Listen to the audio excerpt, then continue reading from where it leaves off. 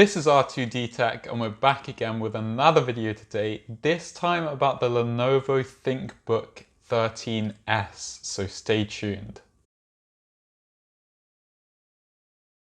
So this is more of a budget-friendly option compared to some of Lenovo's other laptops out there. However, it does still offer pretty much all of the most important features that you'll find on those more expensive laptops for a much cheaper price and a pretty nice design as well. So let's see what it actually has to offer.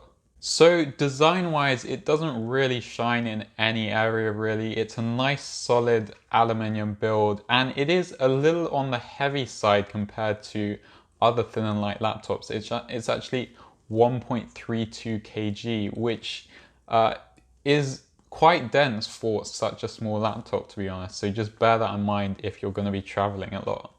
Unfortunately, it does only come in one color, which is a silvery gray, and you should bear in mind that the surface will scratch quite easily, so you might want to get a case for it.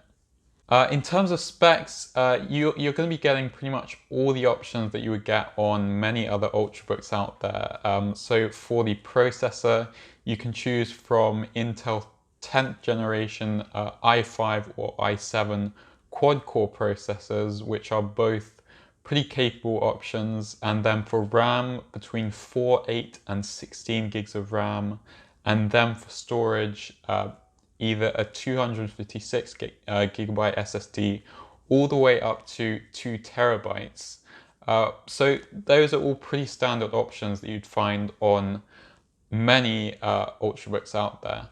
Obviously, you're not going to be getting a dedicated graphics card, which can't really be expected in a laptop of this price or this size. Although there are laptops out there that do have pretty capable dedicated graphics cards in their very small chassis, for example, the Razer Blade Stealth. So onto the display, and once again, it's nothing special.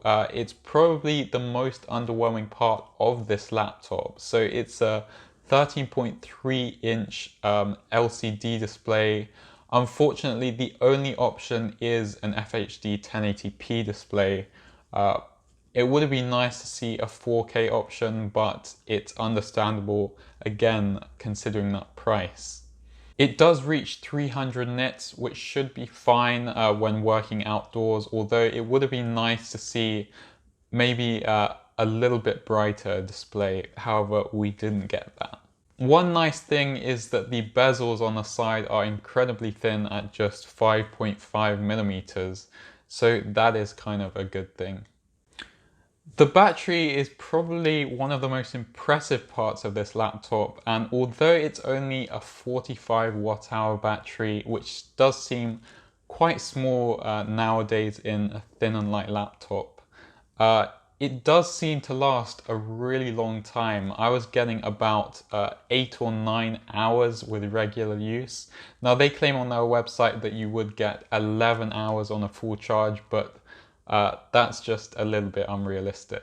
Depending on which model you get and where you buy it from, you will either get a 45 watt or 65 watt charger in the box. It's a little bit weird, their configurations, but 45 watts is still fine in my opinion. The keyboard, like on many other Lenovo laptops out there, is really nice and reliable and nice to type on. The key travel might be a little bit short compared to, for example, their ThinkPad lineup. However, it's comparable to Apple's new laptops and the laptops from Dell, so it should be fine to type on. The trackpad is also nice and responsive, which is good, and it's also really nice and clicky, which is another bonus. The speakers in general just aren't very good, to be honest. They do get pretty loud, which is good. However, they just sound pretty tinny and there is very little bass there. So not one of the best sounding laptops out there, and definitely not as good as, for example, Apple's MacBooks.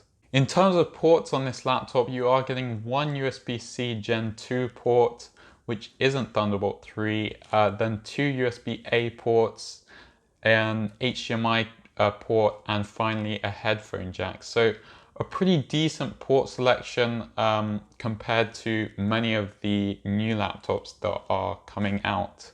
So that's a good thing. In terms of security, you are getting a fingerprint reader. However, it is incredibly unreliable. I actually opted just to use a password instead because it is just really terrible. So what makes this laptop stand out is the price, in my opinion. So the model here was around £750, and for that you got the i5 processor, 8 gigs of RAM, and a 256GB SSD. You can go all the way up to just under £1,000 if you want the i7 processor, 16 gigs of RAM, and a 512GB SSD. And considering that some companies charge almost double that price for the same specs, for example, Apple and Dell and even Razer, I'd say that it is a pretty impressive laptop for what you're getting.